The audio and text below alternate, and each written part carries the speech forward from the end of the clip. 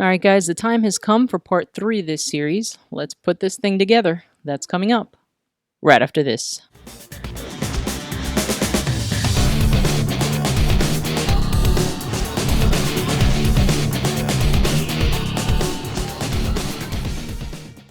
Let's go over the ridiculous amount of tools I used to put together the mod. We've got dial dots, silicone grease, binding epoxy, finger sleeves, sandpaper, brass tweezers, caseback opener, digital calipers, polishing cloth, Pegwood sticks, a hand press, a sticky note pad, jeweler's loop, dust blower, nipper pliers, a watch press, dust cover, case cushion, screwdriver, and plastic tweezers.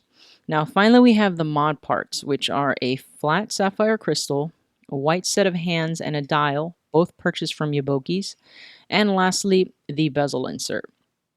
In the video description, I will have a detailed list of where I got all the tools and mod parts I used to put this together, in addition to where I got them from and how much I paid for them, all in US dollars.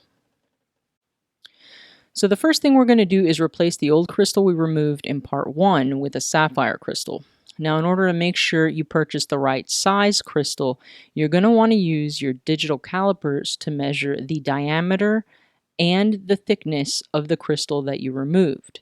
In this case, I purchased a 30 millimeter wide crystal that was 2.5 millimeters thick. Once you've received your new crystal, or if you're just going to be reusing the old one, you can generally use the same bottom size die that you had on the press when you remove the crystal. Now you want to make sure that the back of the case fits snugly and securely in that bottom die. Now for the top die you'll be using on the watch press, you want to get a die that matches the diameter of the crystal that you're pressing into the case as best as possible without exceeding the diameter of the crystal. Now before you press the watch crystal into the case, you want to make sure that you replace the crystal gasket that we removed in part 1 when we were taking the case apart and working on it in part 2. Now, once you've made sure that's back in the case as it was before, you're ready to set the case in the watch press face up and position the crystal on top of the case where it will be pressed in. Depending on the type of crystal you got, you'll see a beveling on one of the sides, which will help you determine which side of the crystal is face up. Once you know which way it goes, place it on top of the case and gently squeeze the watch press handle little by little and rotate the case and then press again little by little. You can stop and check the crystal as often as needed to make sure it's seating properly into the case. Now you don't have to Hulk it out here, but you can use your jeweler's loop to look inside the case to see if the crystal is seated all the way. Also, if you try to push it out with your thumbs, you shouldn't be able to. If you can, repeat the process and squeeze the crystal further into the case. Next, I'm going to remove the old bezel insert and get the bezel ready for the new insert. Now, there are other videos that kind of walk you through this, and you can use a box cutter or a sharp knife to get between the insert and the bezel, which is what you're trying to do here. Now, on this particular bezel, I was actually able to use my nails to pry the bezel insert out. Once you have the bezel insert out, you'll see that there's a sticky adhesive and residue on the bezel itself. I used a combination of a toothpick and knife to get as much of the sticky residue off the bezel insert as possible. If anyone has a good way to get this stuff off the bezel, please do share in the comments section below. Now, if the bezel wire didn't come out when you removed the bezel initially, you'll definitely see it come out now. Make sure to set it aside because you'll need it when we reinstall the bezel later. Now for the fun part, installing the new dial onto the movement. The dial I purchased was a 3 o'clock dial, and that really just kind of speaks to where the dial feet are placed. And this particular movement was made to take a 4 o'clock dial, meaning that when I set the dial onto the movement, lining up the dial feet, it placed the date at the 4 o'clock position, which offset the 12 o'clock. So to use this dial with this particular movement, I had to use the nip pliers to remove the dial feet. Now, if you're going to do a mod on this particular movement, which is the NH35A, purchase a 4 o'clock dial. The GAZ specifically breaks down these kinds of dials on their site, and you should be able to use the dial feet and skip these extra steps. Now, once I had the dial feet clipped as close to the dial back as possible, I used sandpaper to sand down what was left of the dial feet to make sure that the back of the dial was completely even and level where the dial feet used to be.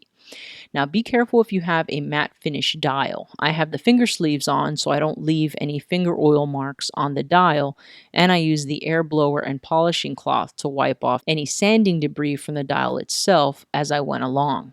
Now, if you're working with a polished type dial, you'll be able to wipe everything off relatively easily. Once the dial feet have been sanded down and the work area is clean from all the sanding dust, it's time to apply the dial dots to the movement in order to install the dial. Now, a lot of this process requires patience, but few steps require the patience that you need to apply dial dots and install the hands. Now, I place the movement onto the movement holder and use the bronze tweezers, a toothpick, and small scissors to apply the dial dots around the entire movement. Now, I didn't apply any dial dots to the movement itself, rather on top of the plastic movement holder. Once I removed the dial dots from the paper, I cut them in half with small Gerber scissors and set it on the plastic movement holder, pressing it onto the movement holder with the toothpick and a smallest screwdriver. I repeated this process until I had dial dots around the entire movement holder. Once I pressed all the stickers onto the movement again with the toothpick, I then placed the movement onto the case cushion and used the bronze tweezers to remove all the top covers from the dial dots, exposing the adhesive top side that the dial would stick to. Now, ready to install the dial, I put the winding stem back into the movement to help make sure that I had it right side up before carefully positioning the dial evenly over the date wheel and along the plastic movement holder. Now, I took the new dial and carefully positioned it exactly where it needed to be. Take your time on this step and make sure that you have it centered exactly on the movement and that the date on the date wheel, if you have one, is properly lined up on the date. Now, once you're sure you have the dial positioned perfectly, you can press down on the dial to secure it to the dial dots before pressing all the way down. Double check the dial placement once you've laid the dial down on the dial dots. You'll be able to make some small course corrections, but not large ones unless you completely remove it, which might mean having to reapply some of the dial dots. Now, the main takeaway here is make sure you're happy with how it's lined up before you apply pressure to secure the dial. Now it's time to install the hands. This step might test your resolve, but try to hang in there. Now, what I use to grab the hands and set them on the center pinion is a piece I cut out of a sticky notepad because you want to be careful with them to prevent damage. The sticky part of a notepad lets you pick up the hands to set them while you press down with the hand press, but isn't sticky enough to damage the hands. So that makes sticky notepads pretty much perfect for this task. Now, this is where it would be useful to have removed the hands while set to 12 o'clock, or at least have taken a picture of their position so that you can set them back as they should be. Now, this watch press provided several plastic tips, as you see, and you'll likely use 3 of them to set each of the hands. The one needed to set the hour hand will have a hole in the middle to allow you to push down.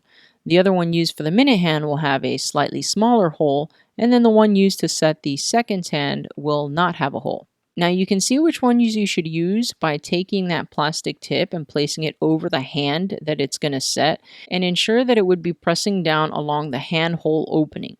Now this may take some trial and error. Using the sticky note to pick up the hands will allow you to hold them in place while you push them onto the center pinion with the hand press. The seconds hand will be set last and takes the most patience because it actually acts as a post cover over the pinion. So it's basically a very small tube opening you're trying to set over a very small pin before pushing down with the hand press. Now I had to set the watch press on top of a plastic container to raise it up a little bit so that I could use the jeweler's loop and glasses clip I had to help me see what I was doing. Now this can take a lot of time, so be patient and most of all be careful with the hands so you don't bend or damage them. A few tips I picked up along the way once you have the hour and minute hand on. I use the winding stem to change the time and see if the date rotates when it should, and to make sure that the hands lined up perfectly when at 12 p.m. If they don't, there's no need to panic. I used a Pegwood stick, as you've seen in these clips, to gently push the hands into the positions that they should be. Now, this adjustment will be easier to do if you check it before installing the second sand. After you make adjustments, recheck how everything lines up by adjusting the time and check the date change complication.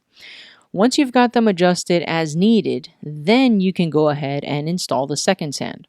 Also, it helps if you take a close-up picture of the hands before you remove them initially from the movement when you took the case apart. Now, this is going to help you gauge how far down and apart every hand should be on the movement as you're pressing and installing them. Now, after you apply each hand, you want to take a close look at them to ensure that they are all parallel to the dial and to each other so that they sweep past one another without any issues. Now, I also used the blower to blow any dust off of the dial and hands as I was working on them, and once I was done, I covered it with the dust cover. Taking pictures as you go is key because you can refer to them as you're putting your watch back together. Now that the hands are installed and properly adjusted, it's time to case it up. You'll have to remove the stem before casing it up, and you can use the movement holder to place the movement upside down and remove the stem. Now, something I didn't have when casing this up that I do have now is cleaning Rodico. This stuff is awesome and is great to help you make sure that the inside of your case is free and clear of any dust or small particles. Now, I had to rely on the polishing cloth, air blower, and a jeweler's loupe for final inspection. Talk about tedious. If you're wondering why you'd need an artificial air blower to blow on the dial case in movement, it's because the moisture in your breath would cause long-term damage to your movement once it's cased up. So you want to make sure that you don't do that. But once the case is ready to go, I left the movement on the case cushion and positioned the case over it, making sure it lined up. Now, this isn't as hard as you might think because the movement's stem opening will line up perfectly with the crown tube or winding stem opening in the case itself. Now, if you find you need to rotate the movement once it's cased up, you can use a small screwdriver to rotate the movement by pushing on the plastic movement holder to turn it left or right. Once you're happy, you can reinstall the winding stem. If it doesn't catch, just rotate the winding stem and push it in again. Repeat that until you hear a click and it properly seats into the movement. You'll know you've done it properly if you can pull the stem out into its multiple settings and operate all the functions on the watch itself. Now it's time to put the case back on. Same deal with the case back in regard to making sure it's clean. I used the air blower and polishing cloth, but the cleaning Rodico will make this a lot easier. Now also, because I had these parts pulled apart for a while I was waiting for the mod parts to come in, I used a little bit of silicone grease on the caseback gasket to help ensure it stays water resistant. I then carefully placed it back into the caseback. Now, if you take a picture of how the caseback gasket looked before you removed it, you'll be able to use that as a reference to make sure you're seating it properly during reassembly. Now, once that's in place, I screwed the case back on by hand and then used the case back opener to tighten it. The next step is reinstalling the bezel. Now, you want to make sure you have the bezel wire, and bezel spring. The first thing you want to do is put the bezel wire back in along the top of the bezel before fitting the bezel back onto the case with the bezel spring. Then you want to catch the bezel spring in one of the grooves under the bezel as you see here while you snap the bezel into place over the case. Hopefully the bezel wire stayed in place or at least some of it caught into the area that it needs to be as you can see here.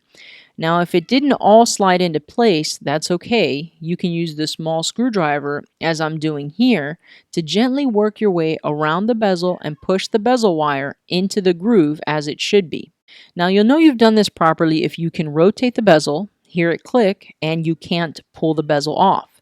If you can pull the bezel off, that means you didn't seat the bezel wire properly in the groove space and you have to try again. Now that the bezel is properly seated, the last step is installing the new bezel insert. Now, when I got this bezel insert, the listing said it would fit this particular Invicta reference, but the outer diameter was too wide and I couldn't click it into place. But the inner diameter was perfect. Now, since it's an aluminum insert, what I actually did was take the bezel insert and sand around the entire area of it until the bezel insert fit into the bezel. Now, once I had the fit right, I dry fitted it into the bezel to see how it looked. Once ready to permanently install the bezel, I used a 2-part quick setting epoxy. Now I used my sticky note pad and I applied a small but even amount of the epoxy that was in each of the tubes side by side as dictated by the directions. I then used a toothpick to mix the two sides together for about 60 seconds.